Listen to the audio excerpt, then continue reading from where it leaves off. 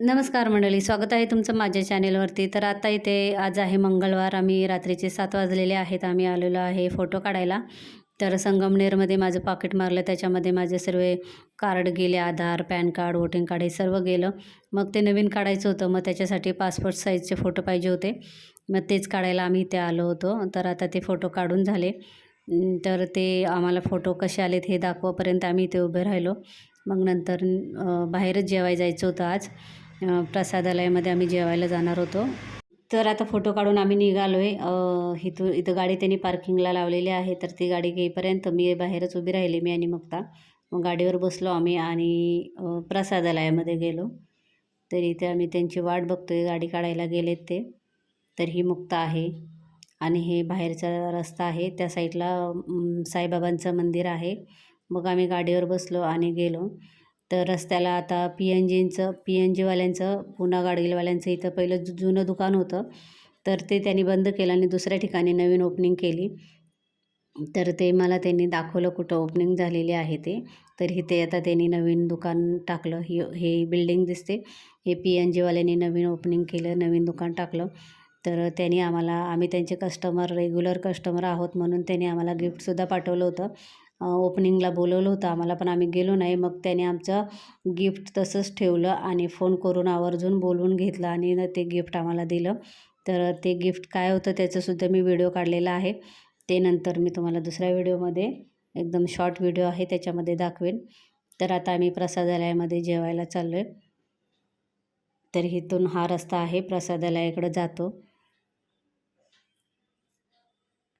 शिर्डी अशी आहे की तिथे कोणी उपाशी राहू शकत नाही. म्हणजे अगदी रस्त्यावरचा भिकारी असो किंवा ज्याच्याकडे काही कमवायची ऐपत नसेल किंवा काही घरात धान्य नसेल, तरी तो 3 टाईम पोटभर जेवू शकतो.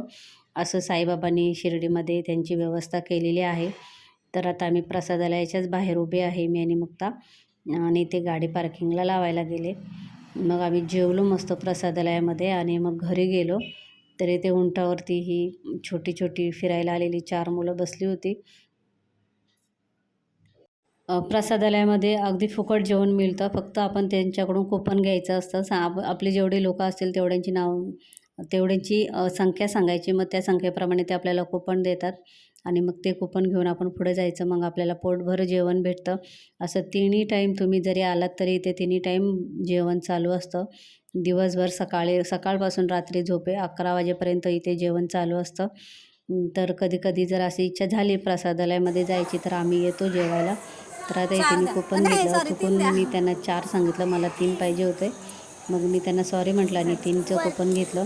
आणि पैसे देऊनसुद्धा तुम्ही कुपन घेऊ शकता. म्हणजे ₹50 एका माणसाचं. आणि ते वरती आहे तिथे थोडं वेगळं जेवण असतं.